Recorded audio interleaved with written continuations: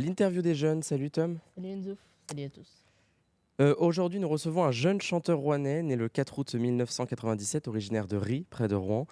Il cumule près de 5000 abonnés sur YouTube, près de 77 000 sur Instagram et plus de 80 000 sur TikTok. Il vient nous parler de son histoire avec la musique. Andrei, de son vrai nom Thomas Andrei, il est l'invité du Journal des Jeunes. Bonjour, merci d'être avec nous. Bonjour, merci à vous. Jeune chanteur, on vient de le dire, tu débutes la musique en 2022 avec la chanson qui fera décoller ta carrière musicale, Bienvenue à Rouen. Ouais. Une chanson humoristique mettant en avant la capitale normande. La musique était-elle déjà présente dans ta famille? Ouais, bah, complètement. Depuis tout petit, moi je viens d'une famille d'artistes. Mon papa est prof de violon, violoniste. Ma maman est professeure de danse aussi. Mes frères font de la musique ou sont dans le domaine artistique et tout. Donc oui, pour le coup, j'ai toujours été un peu dans cet univers-là. Peux-tu nous parler de ta vie? Ouais, du coup, je viens de Ry. En effet, je viens de la campagne. J'ai fait, bon, rapidement, je me suis passionné pour le cinéma à la base. J'ai orienté toutes mes études là-dedans.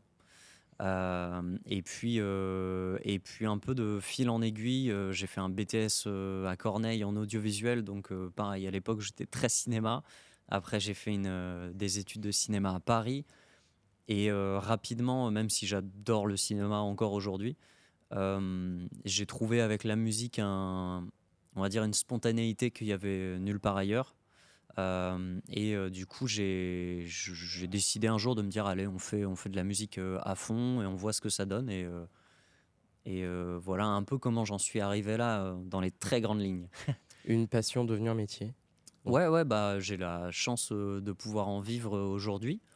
Alors je fais pas que ça non plus, j'ai la musique. Moi, je suis intermittent du spectacle, donc c'est un statut euh, particulier en France qui te permet de vivre de l'art. Et donc, bah, je suis intermittent en travaillant avec le projet Andrei, mais aussi à côté sur des projets de théâtre, etc. à peu près.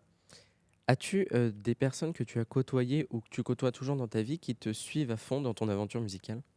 Ouais, bah, au-delà, on va dire, de la famille et des proches où j'ai eu la chance d'avoir été toujours très soutenu, où on m'a jamais bridé ou dit que c'était impossible.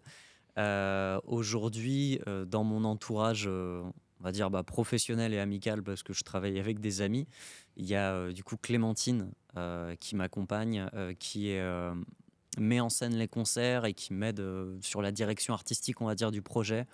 Savoir est-ce que on la sent bien cette chanson, est-ce que ça colle, est-ce que globalement on va dans la bonne direction. Donc voilà, Clémentine, professionnellement, on travaille ensemble depuis 2 ans, 3 ans. Ensuite, on se connaît depuis 10 ans parce qu'on est super potes depuis hyper longtemps. Donc, et puis à côté, bah, il y a des rencontres aussi professionnelles qui deviennent des amis. Donc là, par exemple, Arthur qui est avec moi sur scène pour les concerts et qui est la personne qui a réalisé avec moi les chansons du projet. Arthur, à la base, on s'est rencontrés, on était là pour bosser et puis de fil en aiguille, on est devenus super amis. Donc non, je suis très très bien entouré pour le coup. Y a-t-il une personne qui t'a marqué et qui t'a donné envie de te lancer dans la musique? Si oui, laquelle? Waouh. C'est pas évident, je cherche. En soi, j'ai pas de. Je pense pas que j'ai d'artistes phares qui me viennent en tête en mode ah, c'est grâce à lui que je veux faire ça. Pour autant, je pense que ça va être un peu cliché parce que tout le monde l'adore, mais Orelsan est en soi une figure assez récente pour moi, notamment son documentaire qu'il a sorti récemment. J'ai trouvé que c'était une source d'inspiration plutôt énorme de voir que il a l'air de rester hyper simple, d'être, bah, comme on le disait là à l'instant, entouré de ses proches, de sa famille, et il fait sa musique. Et tant qu'ils sont ensemble, ils kiffent. Je pense que pour moi, ça a été un gros déclic de ah, on peut rêver de musique et de faire un projet qui marche sans pour autant devoir passer par ces histoires qui font un peu peur quand on démarre de faut absolument aller vivre à Paris, faut absolument réseauter avec tout le monde, faut changer ton style, faut absolument avoir un label et tout. Je pense que Orelsan, c'est la figure qui m'inspire le plus dans, en fait, fais ce que tu fais, kiffe et ça va bien se passer. Donc voilà, après, j'ai pas d'artiste déclic depuis tout petit. Sur ta bio YouTube, on peut voir perdant magnifique, loser émérite. Ouais. Peux-tu expliquer cette phrase? Oui. En fait, on va dire que pendant un long moment, quand j'étais plus jeune, ça fait vraiment le gars qui a de la bouteille et qui a 47 ans, mais en l'occurrence, c'est vraiment quand j'étais plus jeune, j'étais très confiant en moi, très sûr de moi, j'allais cartonner et tout ça. Et alors on va revenir sur Clémentine. Clémentine me disait tout le temps, tu as une énergie, Thomas, de perdant magnifique, c'est-à-dire que tu peux rater plein de trucs, mais dans ta tête, c'est comme si tu les ratais pas, comme si tout allait bien, tu vois pas la défaite et tout. Donc on a beaucoup rigolé parce que c'est vraiment des histoires où je rate plein de choses bêtement. Mais du coup, c'est venu un peu comme ça, ce truc-là d'un délire entre potes. Et au final, ça correspondait bien aussi à ce que je voulais raconter dans mes chansons. Cette histoire le but, c'est aussi de faire les choses, de les faire pour les faire parce qu'on trouve ça beau. Et, euh, et c'est pas grave si on n'y arrive pas. Au final, aussi, de s'enlever une pression. Moi, à partir du moment où je me suis dit perdant magnifique, ça m'a enlevé une pression des épaules de t'as le droit de perdre tant que ça te va, il n'y a pas de problème et c'est important de savoir perdre aussi. Toi, tu te reconnais dans quel style de musique? On va dire l'essence de ma musique, c'est de la chanson française. Moi, j'ai grandi avec dans la voiture des parents Renaud, Linda Lemay. Donc on va dire mes plus grosses influences viennent de là. Après, j'avais des grands frères. On a écouté du rap ensemble pendant très longtemps. Donc Nekfeu, ça a été un dieu vivant pour moi pendant très très longtemps et ça l'est encore. Donc j'aimerais mélanger un peu tout ça. Après, à force de faire de la musique et à force d'affiner mon style, je dirais vraiment que je fais de la chanson française nouvelle, on va dire, actuelle. Pendant un moment, je mettais l'étiquette rap. Ça me paraît un petit peu tarabiscoté maintenant. Donc, de la chanson française, ouais. Tu t'inspires de personnes dans ta chanson française? Ouais,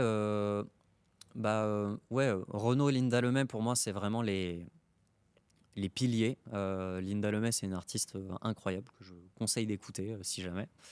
Dans la façon de raconter les histoires.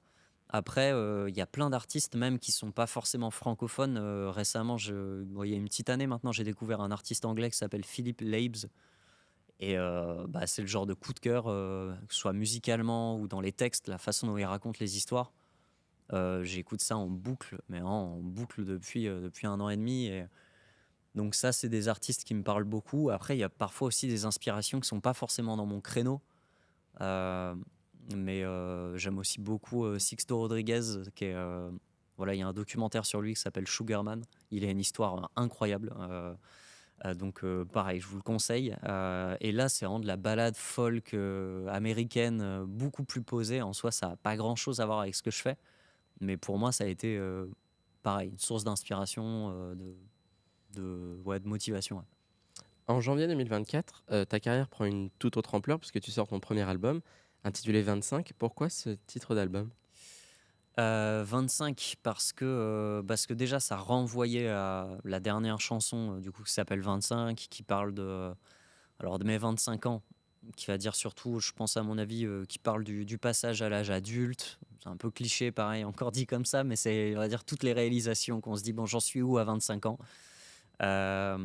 Et puis je trouvais que ça regroupait bien toutes les thématiques au final, parce que je parle dans ce premier album de mes premières ruptures amoureuses, je parle de ma relation avec ma famille, de mon enfance, et du coup, ça faisait très bilan, album, bon, j'ai 25 ans, qu'est-ce qui s'est passé pendant ces 25 ans? Et ça paraissait plutôt justifié comme titre. C'est un album personnel qui te ressemble et ça marche.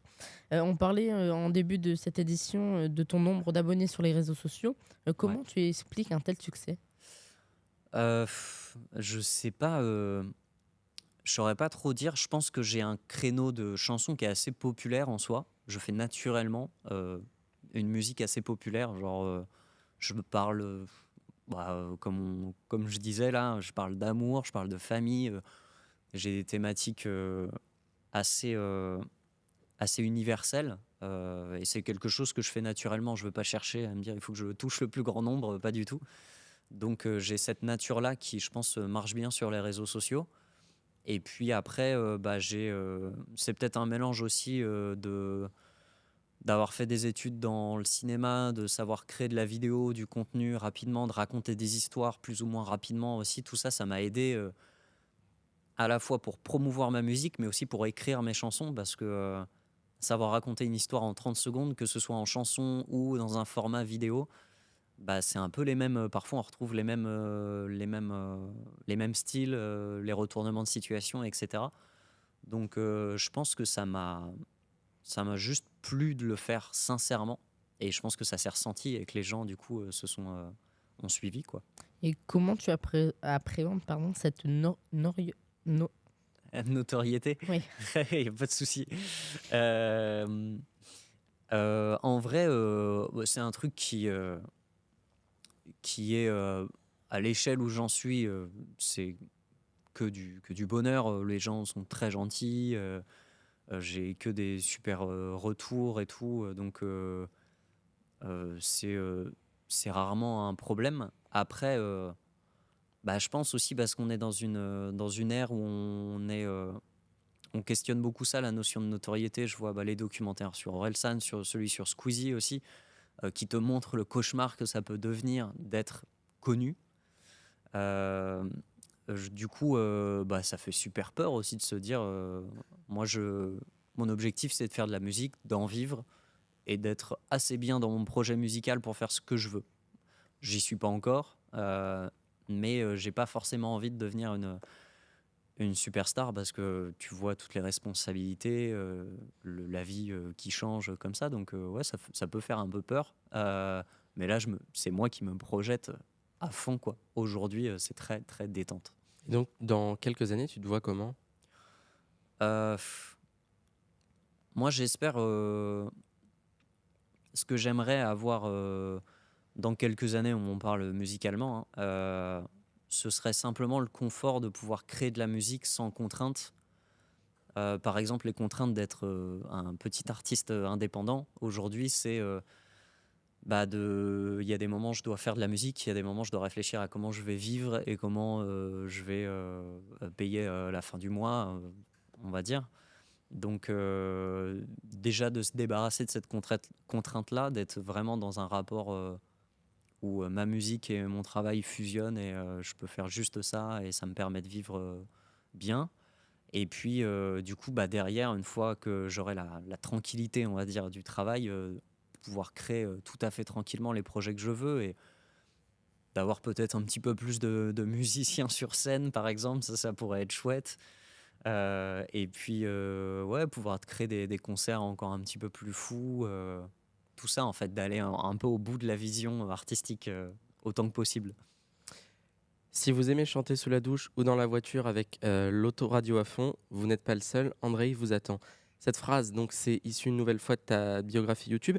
Ça représente tout à fait l'esprit d'Andrei, la rigolade et l'autodérision. C'est important pour toi de se moquer de soi-même?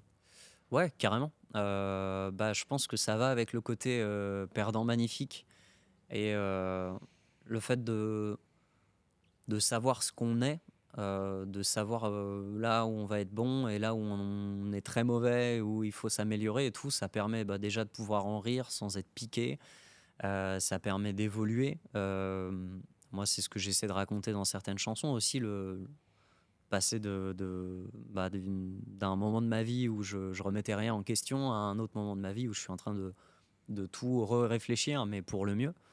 Et du coup, c'est important de pouvoir rire de tout, de le faire bien, dans le respect. Et le respect, ça veut pas forcément dire ne pas en parler, au contraire. C'est juste le faire bien, être sûr que c'est déjà drôle, qu'on a le bon mot, que c'est fait avec intelligence et tout. Donc, non, ouais, j'essaie autant que possible, moi, de traiter tous les sujets sur les réseaux sociaux. et de m'amuser avec ça. Non, ouais, c'est important, ouais, l'autodérision. Bienvenue à Rouen, ta chanson humoristique sur ta ville natale joue sur l'autodérision. Est-ce que tu te vois dans quelques semaines, dans quelques mois ou même dans quelques années réécrire une chanson plus hommage entre guillemets pour montrer tes côtés attractifs de la ville? Alors, c'est une très bonne question. Et bien sûr qu'on a réfléchi à Bienvenue à Rouen 2 un peu. Et puis en même temps, c'est devenu tellement un truc, on va dire, encore une fois pour l'échelle rouennaise, mais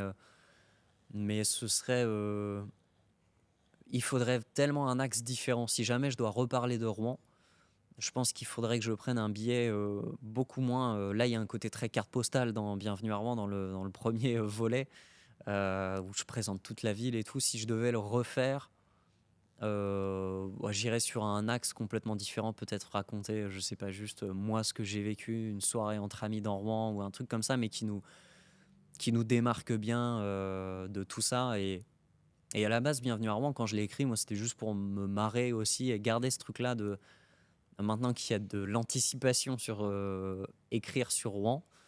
Je voudrais surtout pas le faire pour avec un plan en tête absolument de il faut que ça soit ça parce que le premier a bien marché et tout. Il faut que ça vienne absolument du cœur et d'aller chercher ce truc-là de différent. Surtout que Bienvenue à Rouen a aussi été utilisé dans un contexte politique. Ouais. Comment tu l'as vécu? Euh, alors mal, non. En soi, j'ai pas été bouleversé ou quoi. J'ai juste été très. C'était la première fois que ça m'arrivait pour ma musique qu'elle soit attribuée, attachée à un parti politique que je cautionne pas du tout. Et du coup, en soi, c'est qu'une vidéo Instagram, j'aurais pu passer outre et me dire, voilà, c'est aussi le jeu d'Instagram, faut pas être trop hypocrite non plus. Tout le monde a le droit d'utiliser ma musique et de la mettre sur ses stories en soi. Genre, si on est un peu réglo, c'est Internet, je la mets sur Instagram pour ça aussi. Et en même temps, j'ai reçu un message d'un abonné qui me dit, tu ne dis rien, est-ce que tu cautionnes? Et c'est vrai que parfois ne pas agir, c'est en soi agir quand même, c'est prendre une décision. Et du coup, ça m'a fait tiquer. Je me suis dit non, j'ai surtout pas envie qu'on croie que je suis attaché aux idées du RN. Et du coup, je me suis dit, bon, allez, on va en profiter pour, dans un contexte en plus politique où, à titre personnel, j'avais un peu peur pour la suite. Je me suis dit, on a un bon créneau, je vais pouvoir reprendre ma chanson, me la réapproprier un peu et chanter ce pourquoi elle a été faite à la base quand même. C'est dans le titre, Bienvenue à Rouen. Donc, ouais, c'était aussi un moyen pour moi de réaffirmer des choses plus que de me défendre parce que j'ai été super blessé ou quoi. Non, j'ai été très déçu, mais en même temps, je suis un peu constamment déçu par ce parti politique, donc bon, c'est pas étonnant non plus, quoi. Dans cette chanson, tu évoques les clichés sur cette ville, mais est-ce qu'il y a un cliché sur la Normandie en général qui t'énerve tout particulièrement? Euh, c'est une bonne question aussi. Non, je dirais à la rigueur le cliché que dans le Nord, on n'est pas aimable. Je trouve sincèrement qu'on est beaucoup plus aimable dans le Nord de la France que dans le Sud. Je trouve que dans le Sud, moi, je sais pas, j'accroche moins. Après, c'est peut-être parce que je viens de Normandie, etc. Mais je trouve que ce cliché comme quoi euh, on, on est des gens froids dans le Nord, pas trop, non. Non, non, je pense qu'on est super sympa. Dans tes chansons, on sent réellement un attachement local. Est-ce que tu pourrais collaborer pour un projet musical avec un autre artiste normand pour mettre davantage en avant la région? Euh, oui, et en même temps, pas pour la région. Enfin, j'adore Rouen et tout, mais ce serait surtout pour l'artiste. Donc, par exemple, il y a un artiste que j'apprécie beaucoup qui s'appelle Chez Clair, avec qui on avait partagé une scène à Paris, qui est un peu dans mon même style. Et ce gars-là, j'ai un coup de cœur énorme pour sa musique. C'est vraiment trop bien ce qu'il fait. Et du coup, chaque collaboration est vraiment guidée par ce plaisir de faire de la musique avec lui. Après, pour la région, non, en soi, je pense que là, la musique prime, on va dire, sur l'attachement régional. Si tu devais tourner un clip en Normandie, en dehors de Rouen bien sûr, Ouais. ce serait où et pourquoi? Bah, je pense que je le ferais chez moi à Ry.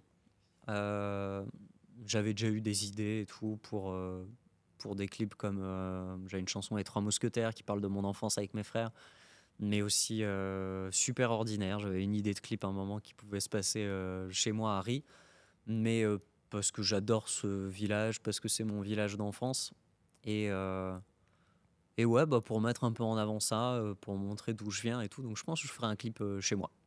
Y a-t-il une anecdote locale qui t'a inspiré pour l'écriture de l'une de tes chansons? Heu, non, en soi,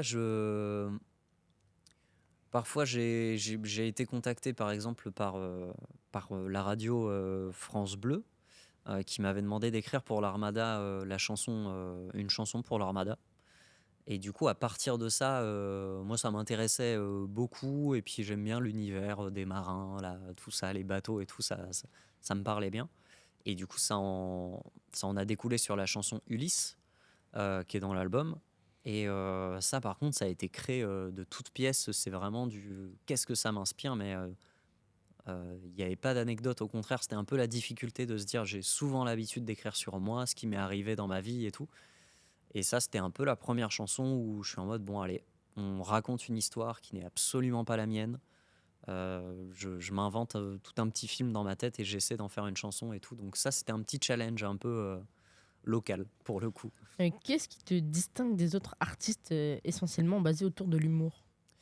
Bah, je pense que, c'est toujours difficile, en vrai, c'est un vrai challenge, quand on est artiste de trouver c'est quoi ton truc, c'est quoi le truc qui fait que tu es différent des autres. Hem, je pense déjà que je suis pas, que dans l'humour, que j'ai un créneau sur Instagram et sur les réseaux sociaux où je fais plus des chansons humoristiques. Mais en soi, mon album, je pense qu'il est plus, touchant et plus, léger, parfois, que humoristique et je pense que c'est, tout ce qui peut faire sourire, tout ce qui peut faire rire, vient aussi évoquer quelque chose de ouais, de touchant et d'émouvant. En tout cas, c'est le style que j'essaie d'avoir, de me dire, je fais pas une blague pour faire une blague. Hem, J'essaie toujours d'amener ça, si ça te fait rire, c'est parce que ça va te rappeler aussi un petit souvenir ou parce que tu l'as vécu et tu vas te dire: «Ah ben je suis pareil» et cetera et du coup, on connecte à ces endroits-là. Du coup, je pense que c'est ça qui fait que je me mets pas trop dans la case humoristique. Hem, voilà. Ce qui fait aussi ton succès, c'est que ta musique est personnelle, mais beaucoup de jeunes de ta génération, peuvent s'identifier à travers tes chansons. Comment tu l'expliques? Heu, Bah, ça c'est toujours étonnant déjà de voir la capacité qu'ont les gens, à s'approprier, un texte, parfois pour des raisons que j'ai même pas écrites. C'est-à-dire que, j'ai eu des messages, de gens qui te disent: «Ah j'ai bien aimé, je sais pas, 10h12» et parce que parfois les gens se confient, et je reçois plein de messages, sur Instagram et du coup les gens ils me disent un peu leur histoire, ça m'a parlé pour telle et telle raison et tout et moi je vois que c'est pas du tout, ce que j'ai essayé de raconter et tout mais il y a quand même des phrases, des mots, on peut vivre, une rupture amoureuse de plein de façons différentes et parfois c'est, ouais, quelques formulations qui vont faire qu'on va tous se retrouver au même endroit émotionnel, on va se dire: «Ah bah ça c'est touchant pour tout le monde», et du coup, je saurais pas trop l'expliquer en vrai, c'est un mystère un peu, moi je fais de la musique, pour que ça me touche en premier lieu, pour que moi je sente que j'évacue quelque chose ou que je suis en train de traiter un truc émotionnellement, en moi. Je me dis: «Bon bah là je parle d'un vrai sujet» et après je croise les doigts pour que ça parle aux autres et que ça leur plaise, aussi quoi. As-tu déjà envisagé de faire des Normandie Tours, c'est-à-dire de faire le tour des heu, petites ou grandes salles de Normandie? Ouais, carrément, bah, en vrai ce serait un rêve de faire une tournée avec ce projet, c'est ça qui est aussi difficile quand on est, bah, petit artiste indépendant, on est, 3 dans l'équipe, donc Clémentine, Arthur et moi et on est trois à tout faire de bout en bout. Donc c'est écrire les chansons, promouvoir les chansons, répéter les concerts, écrire et monter les concerts, parce que ça aussi c'est tout un boulot. Ensuite jouer, et derrière il y a toute l'organisation, préparer une tournée et tout. C'est un travail gargantuesque. Et on essaie à chaque fois de contacter et tout, mais pour l'instant, on n'arrive pas encore à monter une tournée, mais c'est l'objectif, ce serait le kiff. Ça se passe comment en studio? C'est plutôt rigolade, comme une bande de copains, ou c'est vraiment très sérieux et on travaille et rien que ça? Non, non, c'est plutôt rigolade.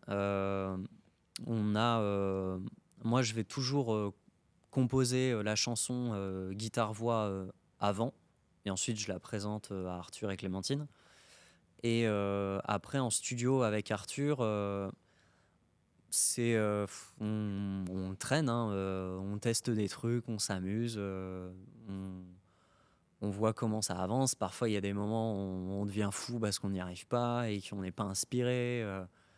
En plus, on a des univers assez différents. Arthur, lui, vient plus de l'électro, du monde un peu plus de la musique de club et tout ça. Donc, lui, il fait aussi un grand écart immense en travaillant pour de la chanson française. Donc, parfois, il y a des vrais endroits on ne sait pas, on adore cette chanson, mais on ne sait pas comment on va la construire, quoi.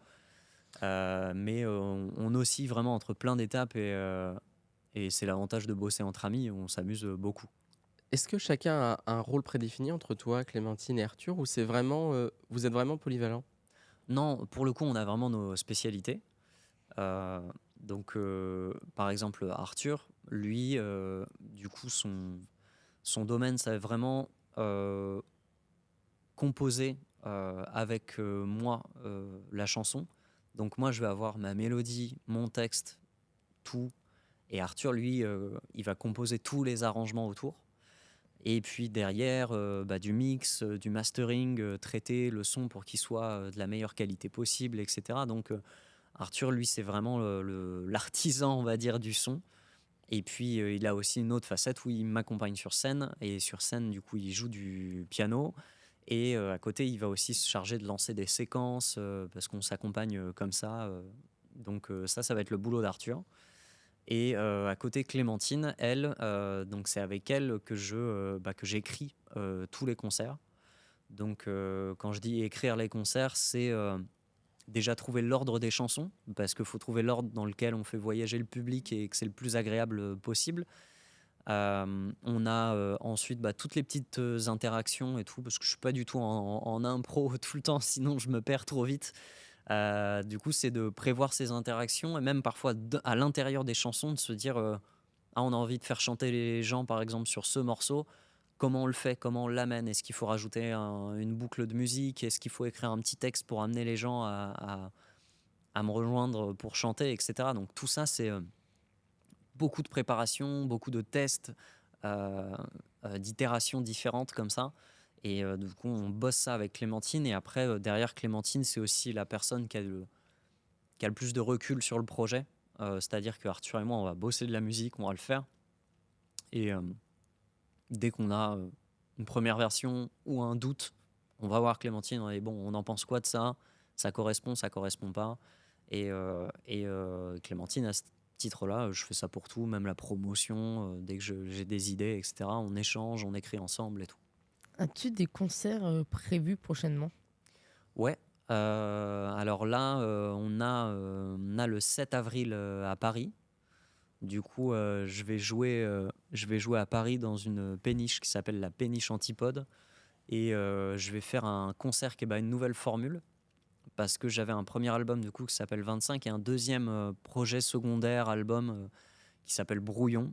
Et qui, comme son nom l'indique, c'est plein de chansons. C'est un projet sur internet où j'avais mis environ 40 chansons, plein de petites, des plus longues, etc. Et du coup, avec Clémentine, on a écrit et construit le concert de ce projet secondaire un peu, le concert de Brouillon. Et du coup, là, on va le jouer pour la première fois à Paris. Du coup, c'est un concert un peu particulier où je suis tout seul sur scène, juste avec une guitare et 40 chansons. C'est un peu sportif, mais c'est cool parce que c'est un challenge assez chouette. Donc on fait ça le 7 avril à Paris, là. Quel lien as-tu avec ton public? Euh, J'espère qu'en concert, les gens passent un bon moment, qu'on connecte bien et qu'ils sont heureux quand ils repartent. Après, je suis assez... pour moi, le lien, il est dans la musique et je pense pas qu'il ait trop sa place ailleurs parce qu'en fait, je donne des chansons et par exemple, je vous parlais de parfois recevoir des messages sur Instagram et tout. Je sais qu'il y a parfois des artistes qui sont à l'aise à répondre et à échanger avec les gens sur Internet. Moi, pas du tout. Ça me terrifie. Parce que même parfois, les gens te confient beaucoup de choses. Tu leur apportes des chansons et tu as des témoignages un peu bouleversants. Il y a des gens qui sont déjà venus me voir pour me parler de j'ai perdu quelqu'un qui est décédé, et cette chanson. C'est énorme. C'est hyper touchant de dire que tu peux aider les gens à traverser ces étapes-là. En même temps, c'est des vies tellement éloignées, etc., que j'ai pas trop envie de commencer à faire copain-copain etc. Tu vois, donc j'ai ce rapport très. Je suis très heureux qu'on connecte à travers la musique. Et pour moi, ça doit rester l'essentiel, connecter à travers la musique. C'est l'endroit un peu, c'est vraiment la passerelle entre le public et moi, c'est la musique. Et si on retire la musique, je pense que j'ai pas à connecter forcément avec le public parce que j'ai mes amis pour ça et j'ai ma famille si je veux discuter avec des gens, tout ça quoi. Si tu pouvais parler au Thomas de 10 ans, qu'est-ce que tu lui dirais? Euh, Ah ouais, bon. Le Thomas de 10 ans, en soi, je pense qu'il est plutôt détente. Je pense qu'il est plutôt cool, pas trop inquiet. J'irais plus à celui de 15 ans. Je modifie un peu ta question, mais c'est plus celui-là que j'irais lui dire des trucs. Et je pense que je lui dirais d'écouter beaucoup plus d'avoir plus, peut-être un petit peu plus d'empathie et de moins se faire des films et de moins se prendre pour une star et de lui dire t'inquiète pas, ça va bien se passer et tu vas être fier de toi quand tu auras 30 ans, tu vas être super heureux. Mais pour l'instant, ton heure viendra, tout va bien, pas de panique, et détends-toi quoi. Est-ce que tu peux nous interpréter une chanson? Ouais, carrément, avec plaisir. Je peux vous faire Petit Fantôme, qui est justement une chanson là de l'album Brouillon, comme ça. Pourquoi je suis triste déjà? On se revoit demain. Il part quand ton train. On s'embrasse sur le quai comme si c'était la dernière fois, mais ça l'est pas. Une nuit sans toi, c'est déjà trop. Reviens-moi au plus tôt.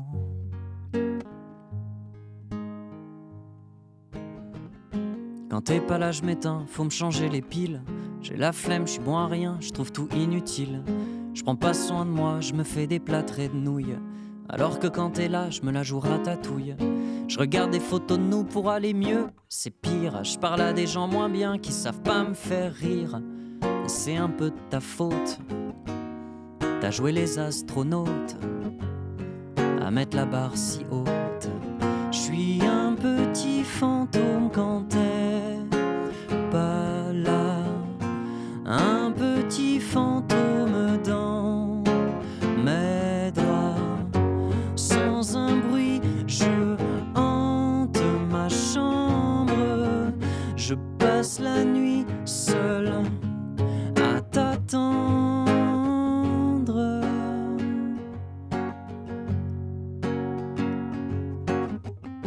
Ça fait même pas 2 heures que t'es parti. Je m'ennuie. Pourtant je t'aime des films, je fais des jeux vidéo. Mais notre histoire est bien plus forte que tous ces scénarios. Avec toi c'est quand je me lève que je commence à rêver. Ça fait 3 ans que j'ose pas me pincer. T'es la seule habitude que j'ai pas envie de perdre. Parce qu'une journée sans toi, c'est une journée de merde. Et même quand on fait rien, c'est toute une aventure. Parce qu'on s'aime comme des chiens, y a pas d'amour plus pur. Quand t'es pas là, j'essaie d'écrire la plus belle des chansons. Mais j'y arrive pas car c'est toi mon inspiration. Je suis un petit fantôme quand t'es pas là. Un petit fantôme dans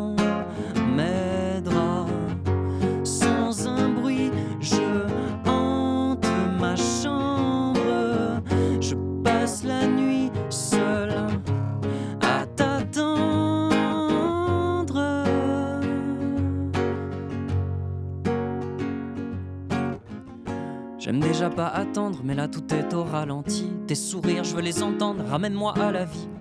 Et viens, on réfléchit pas et on la passe ensemble, sans se quitter jamais jusqu'aux mains qui tremblent, jusqu'à ce qu'on soit des vieux amoureux ou que l'un de nous deux soit un petit fantôme pour de vrai et pour encore après.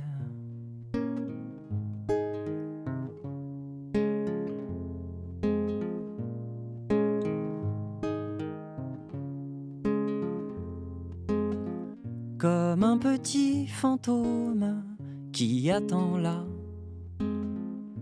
un petit fantôme rien que pour toi. Sans un bruit, je hanterai toujours ton cœur, tes nuits, de tout mon amour.